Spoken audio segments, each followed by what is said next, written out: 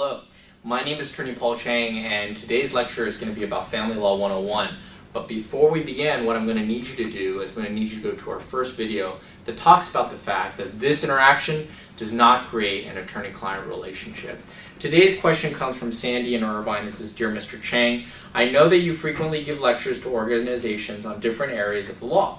You always seem to break down law into easy categories to understand. I would be shocked if you can do that here, but if so, can you break down the issues in a divorce for me, Sandy from Irvine? Well, Sandy, what I've done for you today is I have broken down family law into easy categories for you to understand. We're going to go over them very, very fast, so hopefully if you have any questions, you feel free to contact us.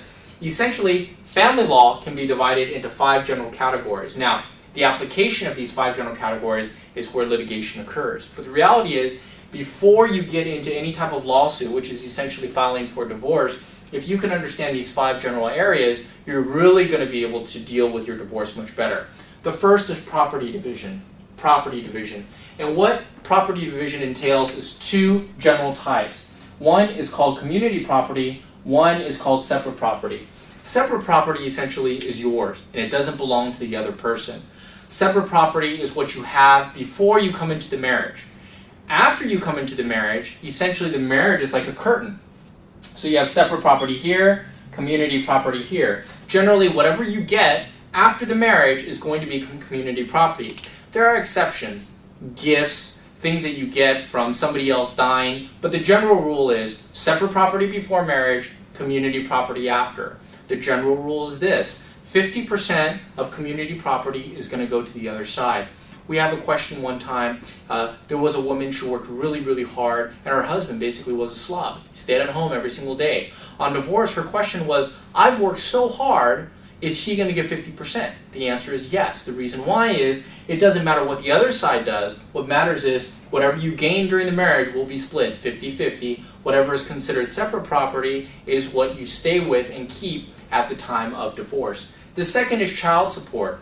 Child support. What that means is that you will have, essentially, Southern California will use a DISO master. We can be able to categorize and figure out, based upon income and things of that nature, how much you owe your spouse's child in terms of child support. And that's paid usually on a monthly or bi-monthly basis.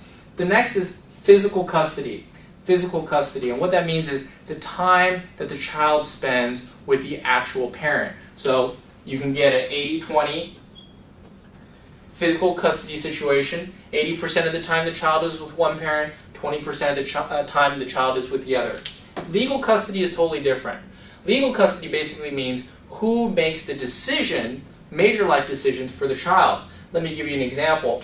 You can have 80% of the time physical custody, but 80% or even 100% legal custody.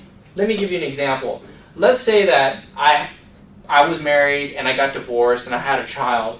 80% of the time the child could stay with me. But if I don't have legal custody, I can't be able to decide where the child goes to school. I can't be able to decide many of the life-changing issues in regard to the child. My spouse will be able to decide that. So when you talk about child custody, there are 2 parts, physical and legal.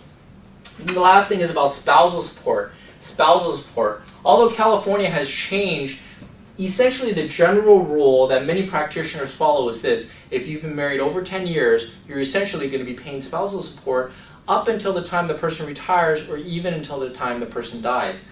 Spousal support is based on who makes more money. So essentially it's like a pendulum.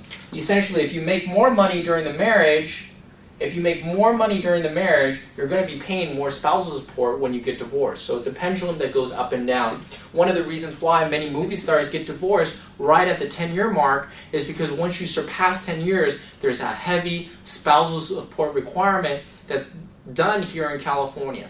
So again, 5 categories: property division, child support, physical custody, legal custody, and spousal support. Good luck to you and take care.